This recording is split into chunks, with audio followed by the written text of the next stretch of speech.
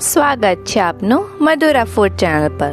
આપ ચેનલ પર નવા છો તો ચેનલને સબસ્ક્રાઈબ કરશો અને બેલ આઇકન દબાવી દેજો કે જેથી અમારા નવા વિડીયોની અપડેટ તમને મળતી રહે। આજે આપણે બનાવીશું શીરો। આ સામગ્રીનું લિસ્ટ છે જે ડિસ્ક્રિપ્શન બોક્સમાં મળી જશે। સત્યનારાયણની પૂજા વખતે બનાવાતો શીરો। 1 કપ રવો લીધો છે, ઝીણો સૂજી, 1 કપ ઘી, જેટલો રવો એટલું જ ઘી।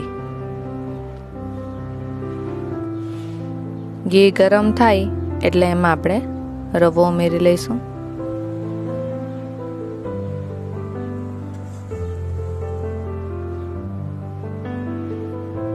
એકદમ સ્લો ફ્લેમ પર આપણે એને શેકવાનો છે। 20 થી 25 મિનિટ સુધી આવી રીતે ધીમા આંચે આપણે એને શેકીશું।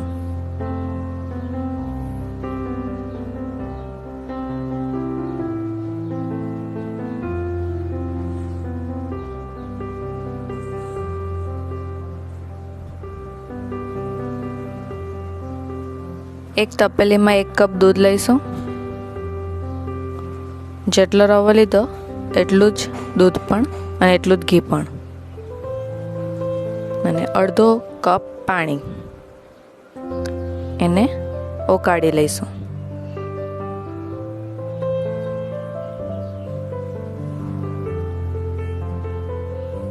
હવે આપણો રવો શેકાઈ જ ગયો છે, બદામી રંગનો થઈ ગયો છે। હવે આ ઉકળતું દૂધ અને પાણી જે મિક્સ કર્યું હતું એ ઉમેરી લઈએ। સાચવીને કરીશું।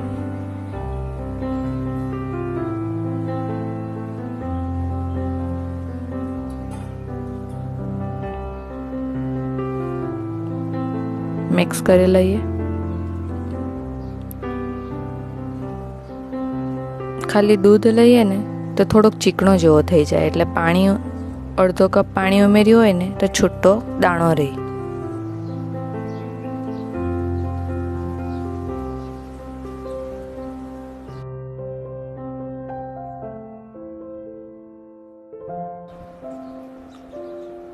ત્રણ-4 કપ ખાંડ લીધી છે, 1 કપ કરતાં થોડી ઓછી।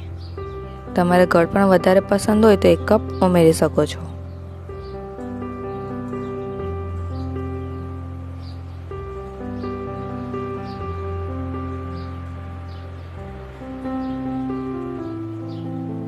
હવે ખાંડ ઉમેરી છે એટલે ખાંડનું પાણી છૂટશે।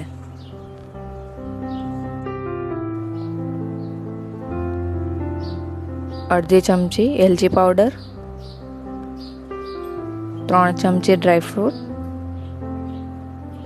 કાજુ, બદામ અને કિસમિસ લીધા છે। મિક્સ કરી લઈએ। ખાંડનું પાણી સુકાય ત્યાં સુધી આપણે મિક્સ કરીશું।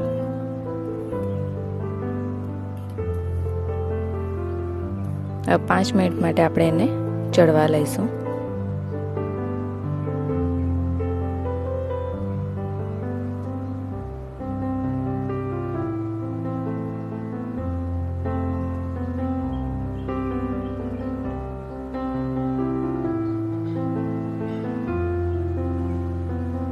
આપણો તૈયાર થઈ ગયો છે શીરો। ચોખ્ખા ઘીમાં બનાવેલો શીરો છે।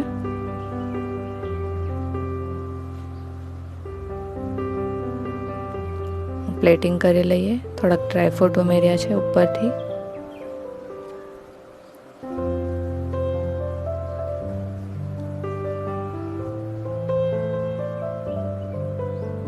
આ તુલસીના પાન લીધા છે ડેકોરેશન માટે।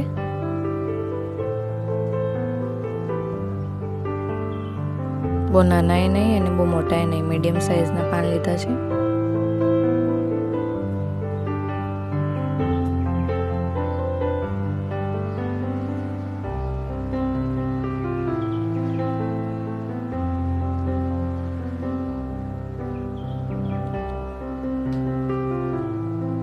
આપણે સત્યનારાયણની પૂજા હોય ત્યારે જે આપણે શીરો બનાવીએ છીએ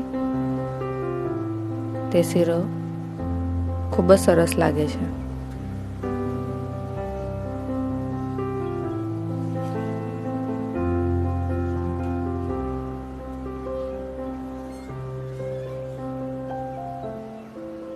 આપણો આ તૈયાર છે શીરો.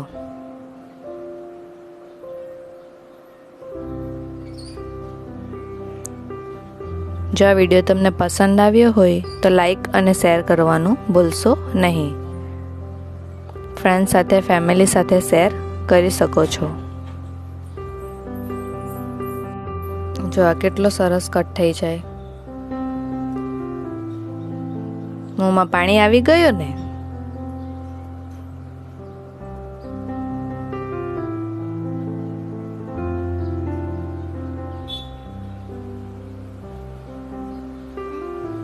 Thank you.